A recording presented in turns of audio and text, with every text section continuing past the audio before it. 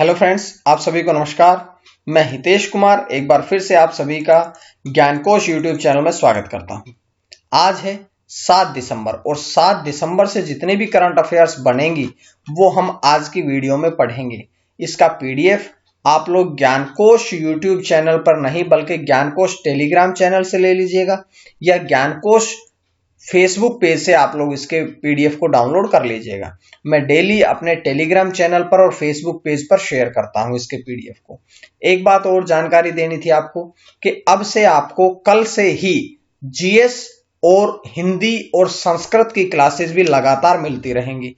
हर दिन क्लासेस होंगी। आज इवनिंग में ही आपको एक और जीएस की क्लास मिलेगी और अब जितनी भी हिंदी की क्लासेस पढ़ाने का प्रयास करूंगा, मैं कोशिश करूंगा आप लोगों को हिंदी की क्लास लाइव आकर के पढ़ाई जाए। ये जानकारी थी। अब हम चलते हैं आज की वीडियो की तरफ, अर्थात अब हम बढ़ते हैं 7 दिसंबर की आज की कुछ महत्वपूर्ण करंट अफेयर्स की तरफ।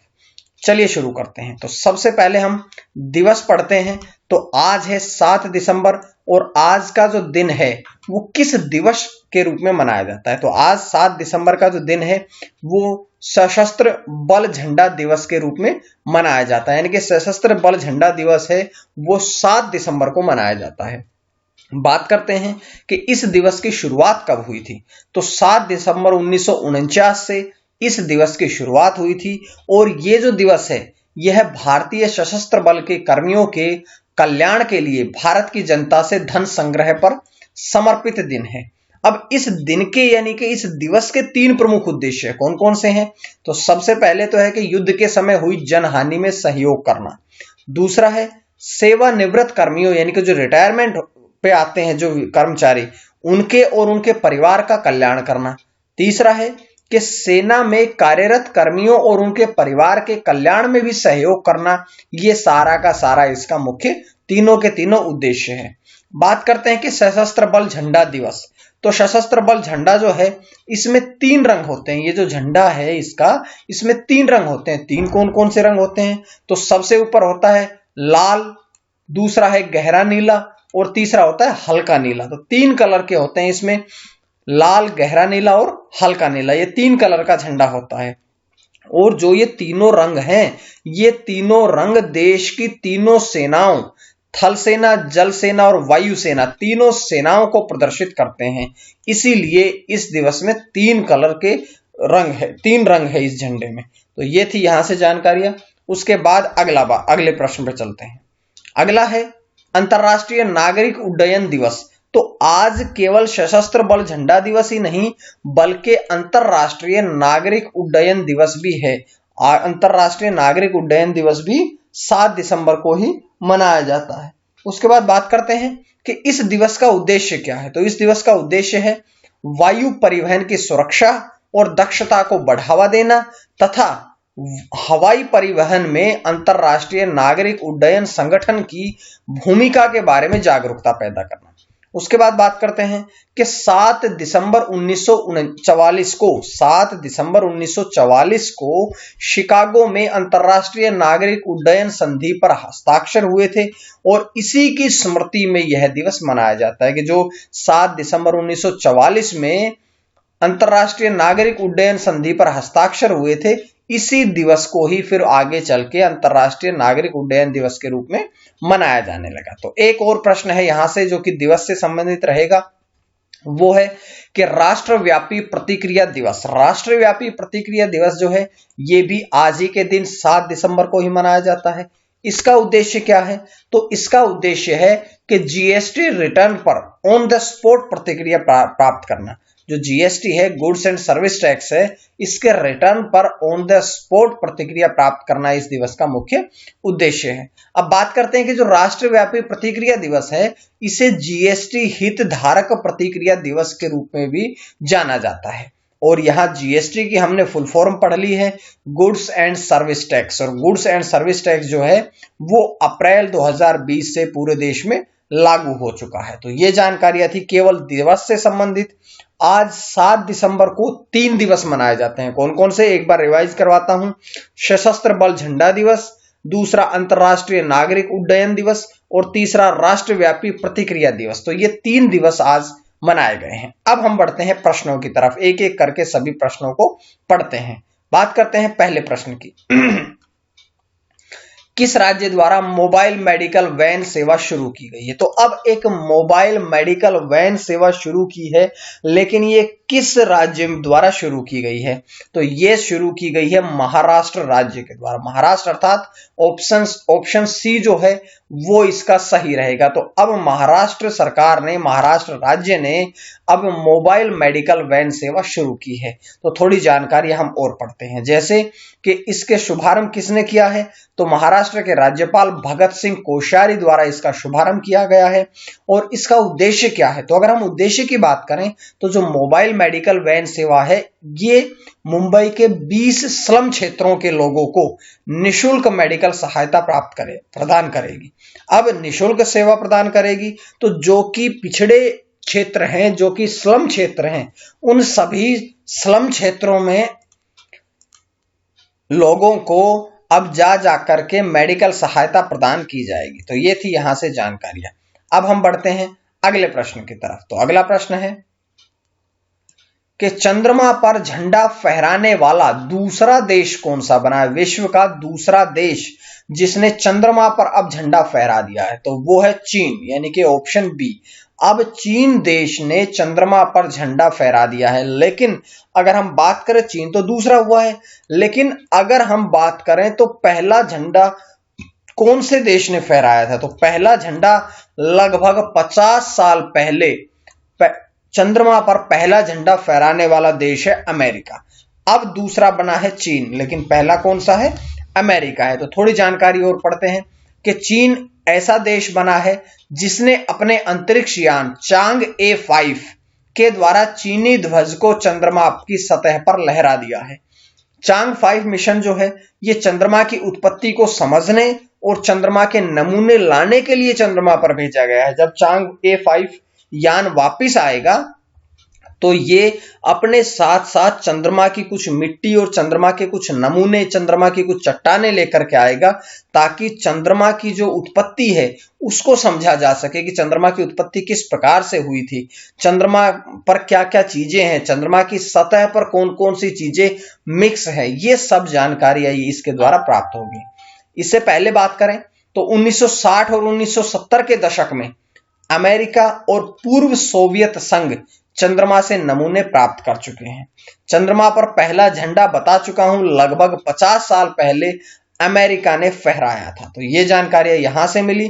पूरी तरह से मैं आप लोगों को संतुष्ट करने का प्रयास करता हूं, पूरी तरह से आप लोगों को जानकारियां प्रदान करता हूं। आप लोग इसी प्रकार से जुड़े रहें, मेरा भी मनोबल बढ़ाते रहें कमेंट्स के माध्यम से। और आप लोग अब डेली जीएस की और हिंदी की और भी बहुत सारी क्लासेस पढ़ने वाले हैं। तो चलिए शुरू करते हैं अगले प्रश्न पे।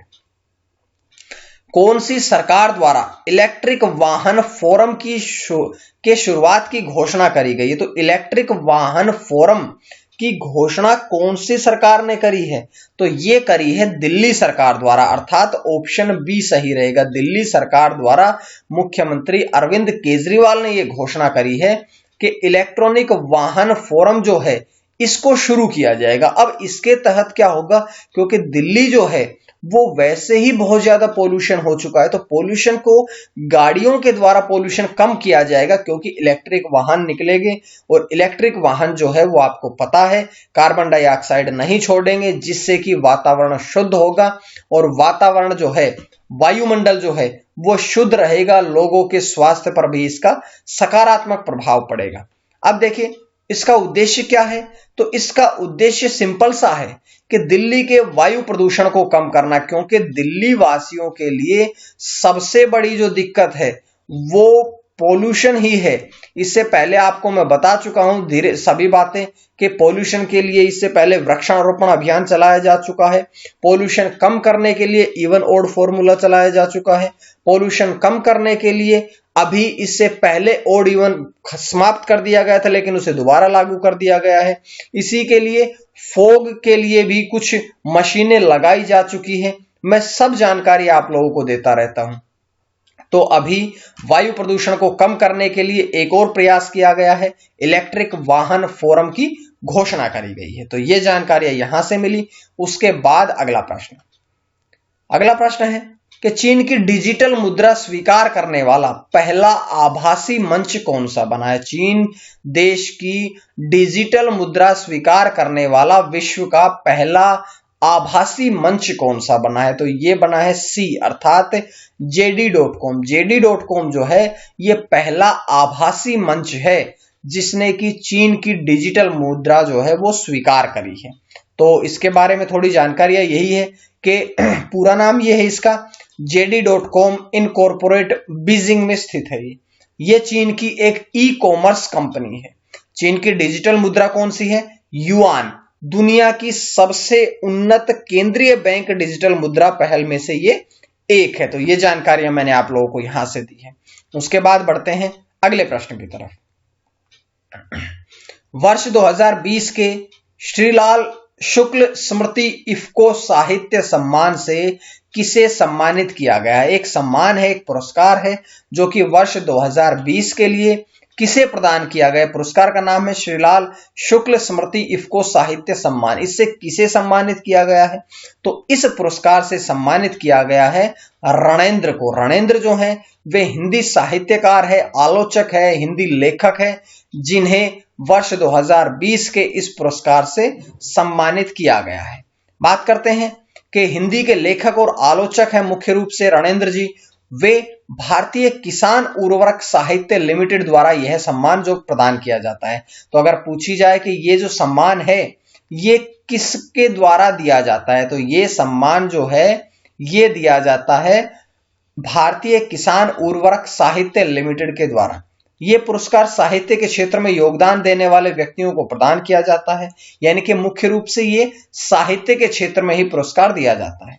उसके बाद बात करते हैं कि इस पुरस्कार की शुरुआत कब हुई थी? तो इसकी शुरुआत हुई थी 2011 में। 2011 में इस पुरस्कार की शुरुआत हुई थी जो कि एक कथाकार श्रीलाल शुक्ल की स्मृति में शुरू किया गया था। 2011 में श्रीलाल शुक्ल की स्मृति में यह पुरस्कार शुरू किया गया था और 2020 का दिया गया है रणेंद्र जो कि हिंदी के लेखक और आलोचक हैं उन्हें। उसके बाद आपकी स्क्रीन पे आता है अगला प्रश्न। अगला प्रश्न ये है कि 2 करोड़ से अधिक कोविड परीक्षण करने वाला देश का पहला राज्य कौन सा बना है? 2 करोड़ से अधिक कोविड-19 के परीक्षण करने वाला पहला राज्य कौन सा बना है? तो पहला राज्य बना है उत्तर प्रदेश। उत्तर प्रदेश राज्य में 2 करोड़ से अधिक कोविड के परीक्षण किए जा चुके हैं। तो इस बात को आपने अच्छी तरह से पढ़ लेना है। थोड़ी जानकारी और भी पढ़ते हैं कि अगर पूछा जाए कि इसकी घोषणा किसने करी, तो इसकी घोषणा उत्तर प्रदेश के अतिरिक्त मुख्य सचिव, उत्तर प्रदेश के अतिरिक्त मुख्य सचिव जो कि स्वास्थ्य विभाग के हैं, अमित मोहन प्रसाद के द्वारा इसकी घोषणा करी गई है कि उत्तर प्रदेश राज्य में 2 करोड़ से अधिक कोविड के परीक्षण किए जा चुके हैं और ऐसा करने वाला उत्तर प्रदेश देश का पहला राज्य बना है। उसके बाद अगला प्रश्न कि athletics federation of India AFI athletics federation of India के मुख्य कोच कौन बने हैं? तो इसके मुख्य कोच कौन बने हैं? तो इसके मुख्य कोच बने हैं राधा कृष्णन नायर, यानी कि ऑप्शन ए राधा कृष्णन नायर है। वे अभी AFI के मुख्य कोच बने हैं। AFI अर्थात एथलेटिक्स फेडरेशन ऑफ इंडिया, इसके मुख्य कोच बने हैं। अब बात कर लेते हैं कि राधा कृष्णन नायर ने स्थान किनका लिया है? तो वे बहादुर सिंह के स्थान पर, बहादुर सिंह ने इससे पहले ही इस्तीफा दे दिया गया था, तब से राधा कृष्णन नायर जो थे वो अंतरिम अध्यक्ष या कार्यवाही अध्यक्ष के रूप में कार्य कर रहे थे, लेकिन अब उन्हें ऑफिशियल रूप से इस पद पर नियुक्त कर दिया गया है। तो थोड़ी जानकारी और भी पढ़ेंगे इसके बारे में अभी कि राधा कृष्णन नायर है, इससे पहले वो भारतीय एथलेटिक्स के कार्यवाहक मुख्य कोच के रूप में कार्य कर रहे थे। उन्होंने किनका स्थान लिया? तो बहादुर सिंह का स्थान लिया। अंतरराष्ट्रीय, एक बहुत महत्वपूर्ण बात है ये, देखिए सुनिएगा, अंतरराष्ट्रीय ओलंपिक समिति का अंतरराष्ट्रीय कोचिंग संवर्धन कार्यक्रम प्रमाण पत्र पाने वाले देश के पहले भारतीय कौन है? वो है राधा कृष्णन नायर। और AFI की फुल फॉर्म और अंतिम लाइन में मैंने आपके सामने लिखी है कि एथलेटिक्स फेडरेशन ऑफ इंडिया, ये इसकी फुल फॉर्म है। तो इस प्रकार से पूरी जानकारियां मैं आप लोगों के लिए एकत्र करके लाता हूं। आप लोग इसी प्रकार से मेरे साथ वीडियो में बने रहिएगा। अगला प्रश्न, 8वां प्रश्न जो है वो आप लोगों की स्क्रीन पे आता है कि क्रिकेट खिलाड़ी कोरी एंडरसन ने सेवानिवृत्ति की घोषणा करी है। अब कोरी एंडरसन जो है जिन्होंने सेवानिवृत्ति की घोषणा करी है वे किस देश के खिलाड़ी हैं? तो कोरी एंडरसन किस देश के खिलाड़ी हैं? वे हैं न्यूजीलैंड के, अर्थात ऑप्शन बी, न्यूजीलैंड के क्रिकेट खिलाड़ी बल्कि ऑलराउंडर खिलाड़ी कोरी एंडरसन ने मात्र 29 वर्ष की उम्र में अब सेवानिवृत्ति की घोषणा कर दी है। मात्र 29 इसलिए कहा है कि क्रिकेट खिलाड़ी के लिए 29 साल जो है ये बहुत कम एज होती है। इस उम्र में बहुत कम खिलाड़ी ऐसे हैं जो कि अपनी सेवानिवृत्ति की घोषणा करते हैं। बात करते हैं आगे इस प्रश्न से थोड़ी जानकारियां कि वे न्यूजीलैंड देश के ऑलराउंडर हैं। अब उन्होंने सेवानिवृत्ति की घोषणा क्यों करी है? क्योंकि इसके बाद उन्होंने यूनाइटेड स्टेट्स अमेरिका के मेजर लीग क्रिकेट MLC के साथ में 3 वर्षों का अनुबंध कर लिया है और 3 वर्षों का अनुबंध करने के साथ साथ ही उन्होंने अब सेवानिवृत्ति की घोषणा भी कर दी है। बात करते हैं कि उन्होंने अभी तक न्यूजीलैंड देश के लिए 2 शतक बनाए हैं, 10 अर्धशतक लगाए हैं और कुल 2277 रन उन्होंने न्यूजीलैंड देश के साथ बनाए हैं। साथ ही साथ 90 विकेट भी लिए हैं। इसीलिए मैंने आपसे कहा था कि वो ना खिलाड़ी, वो बल्लेबाज और गेंदबाज दोनों हैं, अर्थात वो ऑलराउंडर हैं। तो ये जानकारियां यहां से थी। अगला प्रश्न, 9वां प्रश्न आप लोगों की स्क्रीन पे आता है कि 8वें नॉर्थ ईस्ट फेस्टिवल का आयोजन कहां पर होगा? अब देखिए, 8वां जो नॉर्थ ईस्ट फेस्टिवल है इसके आयोजन की घोषणा करी गई है, लेकिन ये कहां पर आयोजित किया जाएगा? तो ये आयोजित किया जाएगा गुवाहाटी में, अर्थात ऑप्शन बी सही रहेगा। तो गुवाहाटी में अब 8वां नॉर्थ ईस्ट फेस्टिवल के आयोजन की घोषणा करी गई है। बात करते हैं थोड़ी और जानकारी। कब? देख, गुवाहाटी में तो होगा इसका, लेकिन कब से कब तक होगा? तो 19 से 20 दिसंबर, 19 और 20 दिसंबर को गुवाहाटी में इसका आयोजन किया जाएगा। बात करें इसका उद्देश्य क्या है, तो नॉर्थ ईस्ट फेस्टिवल के आयोजन का मुख्य उद्देश्य है भारत के उत्तर पूर्व के बारे में जागरूकता पैदा करना और पर्यटन को बढ़ावा देना। अगर पर्यटन को बढ़ावा मिलेगा तो राज्य की जो इनकम है वो ऑटोमेटिक बढ़ने लगती है। तो इसी बात को ध्यान में रखते हुए अब 19 और 20 दिसंबर को गुवाहाटी में 8वां संस्करण नॉर्थ ईस्ट फेस्टिवल के 8वें संस्करण की घोषणा के आयोजन की घोषणा कर दी गई है। उसके बाद आप लोगों की स्क्रीन पे आज का अंतिम प्रश्न आता है कि कोविड-19 टीके का सबसे बड़ा खरीदार देश कौन सा बना? विश्व का सबसे बड़ा खरीदार देश कौन सा बना है जिसने कि कोविड-19 के टीके खरीदने की घोषणा करी है? तो अब अपना देश भारत विश्व में पहला ऐसा देश बना है या पहला सबसे बड़ा कोविड-19 टीके का खरीदार देश बना है। बात करते हैं कि कितनी खुराक खरीदी है, तो भारत देश ने 1.6 बिलियन खुराक खरीदी है। यह खुराक 800 मिलियन या 60% लोगों को कवर प्रदान कर सकती है। भारत ने एस्ट्राजेनेका टीकों की 500 मिलियन खुराक, अमेरिकी कंपनी नोवावैक्स से 1 बिलियन खुराक और रूस के स्पुतनिक V से 100 मिलियन खुराक खरीदी है। तो ये यहां से जानकारियां थी जो कि मैंने आप लोगों के सामने रखी है कि 1 बिलियन अमेरिका से, 500 मिलियन एस्ट्राजेनेका से और 100 मिलियन स्पुतनिक V से खुराक खरीदने की घोषणा करी है। कुल मिलाकर के 1.6 बिलियन खुराक खरीद ली है। तो ये थी आज की कुछ करंट अफेयर्स। उम्मीद है आप सभी को पसंद आई होगी, और अगर पसंद आई तो इसका डिस्क्रिप्शन से नहीं बल्कि ज्ञानकोश यूट्यूब